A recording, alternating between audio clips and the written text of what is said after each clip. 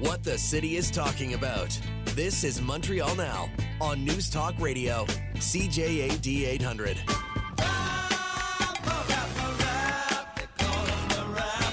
That is James Mennie over at the Montreal Gazette. So, Jim, were you awed? What did you do? What did you watch it? I thought it was great. I sat on my front steps in my house. My neighbors on either side, they were sitting on their back deck with their glasses, just staring too cool for school. They're just staring up at the sky, taking it all in. I loved the idea. The only thing I really looked at, I dared look up to see, was the emergence of stars and planets once we had totality. But I got to tell you, Aaron, I laughed out loud when I heard that they were blocking off Ile Saint Helene because we couldn't take any more people. And I also felt a bit of twinge of anger when I thought about all these kids who got shortchanged by these Quebec education bureaucrats who figured that unless they were all wearing protective helmets, I guess with welder's goggles, they would not be exposed to a total eclipse, which I think is really academically criminal.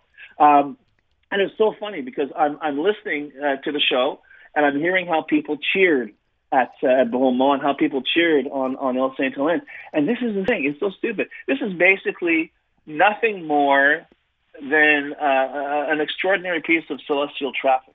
But that said, man, when you really feel, and I've used the expression before, you feel you're part of something bigger, you're going to cheer. When that happens and you see that thing, it's almost as if, whoa, we did it, even though this is perfectly natural. But you're there, you're in the moment. And I guarantee you, of all of the millions of people in Quebec who witness this, who will be online for the next 50 or 60 or 70 years, nothing is going to compare with that moment that they cheered and they actually saw the stars come out in the middle of the afternoon. It's funny, Jim. I said, because I heard that reaction both from Kelly Gregg, was up in Bromont, and from Sarah and Matt Grillo, who were down to Parc Jean Drapeau, about the cheering and the applause, which makes, as you're saying, perfect sense. Yet we were standing outside, on the side of the building, and when I saw that, for the brief time that you get to look up and, be awed, and I just thought that seemed a moment to be eerily quiet, like spiritual almost. Oh, absolutely. I mean, I had a particular upbringing when I was a young man. So the only thing I'm hearing, I didn't hear anything. There was no cheering. I did hear. What did I hear? I heard "Eclipse" by Pink Floyd playing in my head because I thought that's the most appropriate soundtrack. But it's just that even though you know perfectly well why this is happening, it's magic. And you know what? We like magic. We could use a little bit of magic in this day and age. Absolutely. And it's not something we had to pay for. You didn't have to get an app for it. You could have, as I did. I didn't have any glasses. I didn't look up. The idea that it was simply going on, that you were a part of it, that you were under it, that you could see, you could hear the birds stop singing, you could feel the temperature go down, you could see the texture of the sky, of the air, of the shadow actually change. And you're realizing that I'm seeing this. This is the first and last time I'll see this in my lifetime.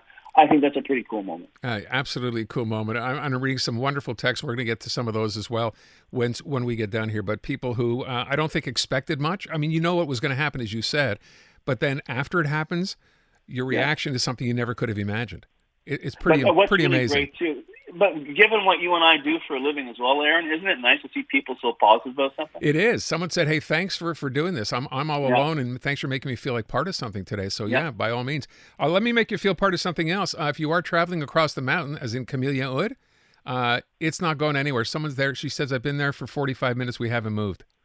So the trip now is to get home from wherever you were watching the eclipse today. Good luck. Take it easy. Calm down. I know it's not going to be fun. Take a deep breath. It's worth it. It's like it's a nice day. We were supposed to hit 17 or something today. So it's like, you know what? Chillax. Yeah. It's enjoy the day. All right. Let me move on. We had a CTV reporter from Ottawa, Colton Prail, talking about this.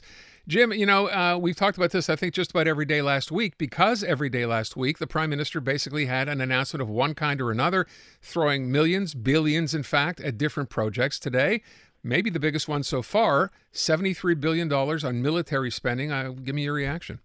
Well, first of all, he did use the B word when it came to military spending. The letters he didn't use were GDP, which even though we're claiming to spend $73 billion over the next 20 years, we remain a deadbeat when it comes to NATO. That is not 2% of our GDP. I can't just blame Trudeau. I mean, this nation's shame is the manner in which successive federal governments have treated the armed forces. I'm thinking right back to the early days of the Harper Conservatives. The armed forces were handy as a photo op, as something to thump your chest over. But God forbid, if we were going to pay them properly or give them the right benefits, suddenly there was no money for that. But we look at this right now, and it's so funny because here's Justin Trudeau kind of suggesting, because of climate change, Aaron.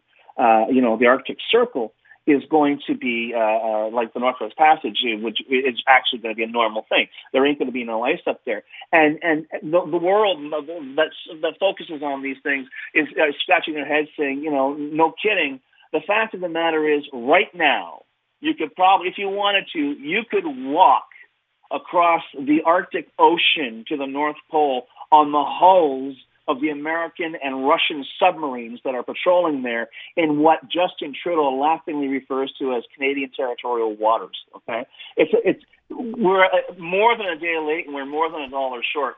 I have no idea how Justin Trudeau or whoever replaces him is going to fix this, because we have been so criminally negligent in seeing to this country's basic, and I won't say defense, I'll say security needs.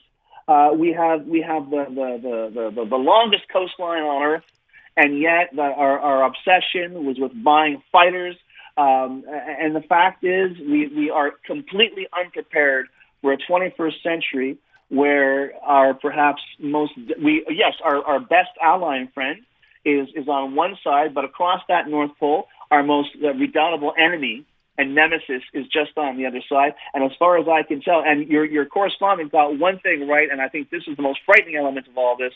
I didn't hear anything about it, but there's no reason for a few good men and women to stand up and serve their country, looking at how they'll be treated by this government, by this system.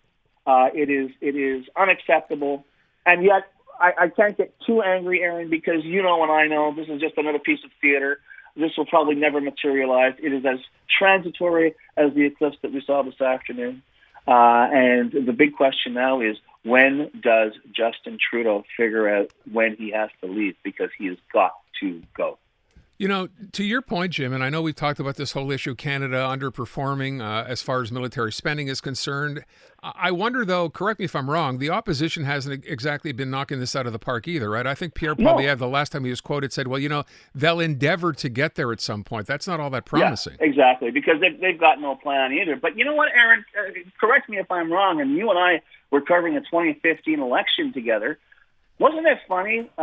Apparently, we can't get enough equipment or even ammo to give to Ukraine. We didn't have any problem providing the chassis for armored personnel carriers to Saudi Arabia just, 8 years ago, 9 years ago? Yeah. I find that's amazing. What happened there? And in fact, lest we forget, Canada has an international reputation of one of the world's most reliable and efficient arms makers. Apparently, we have a sniper's rifle that is second to none. But we're very, very good at this. We don't make a big deal out of it. There needs to be a change of attitude, I'm sure. But what we heard today, as far as I'm concerned, was nothing more than a lot of smoke. I wouldn't believe a single word of it. It's interesting, too, Jim. I wonder what you think. This is not the kind of a thing that when you talk about items in an election, what people will be talking about, economy, housing, this typically doesn't come up. Do you think now, given the fact that this is so long range and really doesn't change the situation today, does this become an election issue, do you think? I think if we're lucky, it will be, because as far as I'm concerned, I'm not don't look at myself as a fearmonger. There are things happening in Eastern Europe right now which give me a very uncomfortable feeling. I don't think the Russians are anywhere near done. I don't think the Chinese are anywhere near done.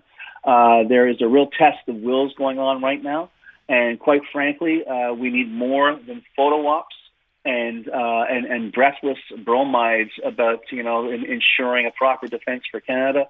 We need action, and we need quite literally boots on the ground. And I am at a loss as to see how this country can do that at the moment.